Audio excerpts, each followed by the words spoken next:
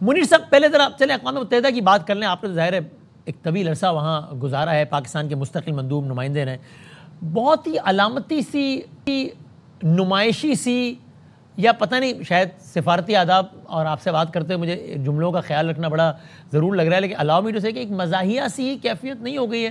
وہ تو الگ بات کہ ٹرمپ آ کے جس طرح بے عزت کرتے ہیں, کبھی کلائمیٹ چینج کے نام پہ, کبھی کہ تمہاری سیڑھیاں نہیں چل رہی, تمہارا پرومپٹر نہیں چل رہا, تم لوگوں نے کیا ہے, 7 جنگیں میں نے رکوائی, تم لوگوں نے کیا ہے, وہ تو ایک الگ بات.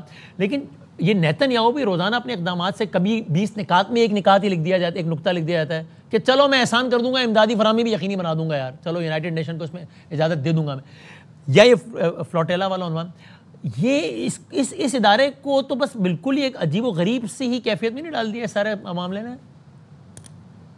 جی دیکھیں, اگر اقوام متحدہ کی خیر وہ بےزتی جو کی ہے وہ اپنی جگہ پر ہے, ہاں اور وہ اس قسم کا جو رویہ ہے اقوام متحدہ کی طرف وہ اس لیے ہے کیونکہ ان طاقتوں کی وہاں تنہائی ہو گئی ہے, یعنی آئسولیشن ہے. اقوام متحدہ میں اسرائیل کی تو بالکل ہی آئسولیشن ہے, اور امریکہ بڑی طاقت ہے, پر اس کی اسرائیل کی حمایت کی وجہ سے تو امریکہ کی بھی وہاں تنہائی ہو گئی ہے, وہ آئسولیشن. لیکن یہ آئسولیشن سر ان کا کوئی بگاڑ تو نہیں سکی نا, وہ قراردادوں کو جوتے کی نوک پہ ہی رکھتے ہیں نہیں؟ جی دیکھیں, obviously یہ پورا کھیل جو ہے وہ طاقت پر ہے. جو غازہ میں ہو رہا ہے وہ بالکل اقوام متحدہ نے, انٹرنیشنل کمیونٹی نے, انٹرنیشنل کورٹ آف جسٹس نے, سب نے کہا کہ یہ انٹرنیشنل لاء کی خلاف ورزی ہے, اور یہاں تک کہ یونائٹڈ نیشن نے کہا ہے کہ یہ جینوسائیڈ ہے. تو جو دنیا کا جو مزاج, جو رخ ہے, جو پوزیشن ہے, وہ تو بالکل واضح ہے کہ یہ غلط جنگ ہے.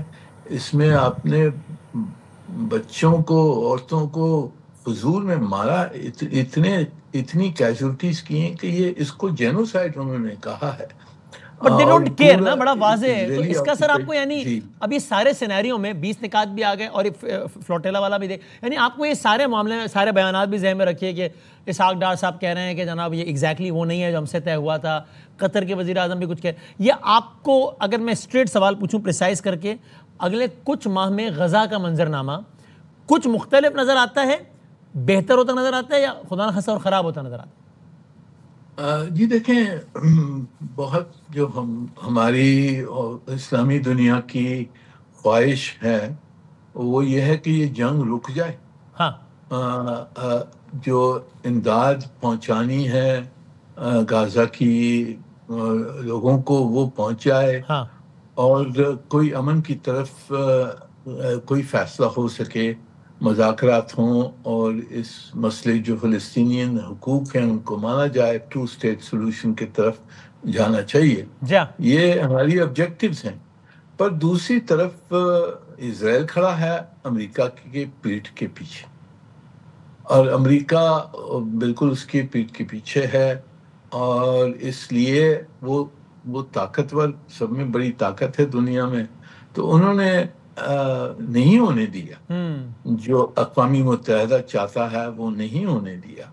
اور انہوں نے اب خود اپنا پلان پیش کیا ہے, اور وہ انہوں نے کہا کہ یہ پلان اگر حماس مان لیتی ہے تو امن ہوگا, اگر نہیں مانتی ہے تو پھر مانے گی حماس آپ کے خیال میں؟